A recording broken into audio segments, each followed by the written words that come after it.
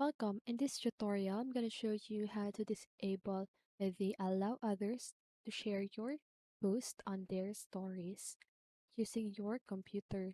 So if you want to know how I did it, just keep on watching. So first of all, you want to open your browser and search for facebook.com. And now just go ahead and log in your account. And now you want to click on your profile photo here at the upper right corner of your screen. Take note your Facebook profile photo, okay? And now you want to click on settings and privacy and click on settings.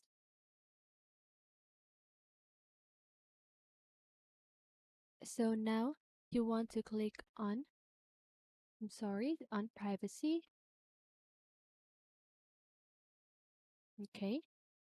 And now you want to click on profile and tagging.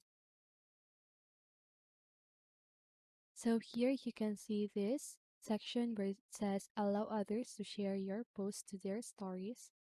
So if you create a public post, anyone on Facebook can share it to their story.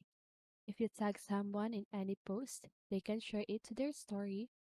Their story will include your full name, a link to your post, and will be visible for 24 hours.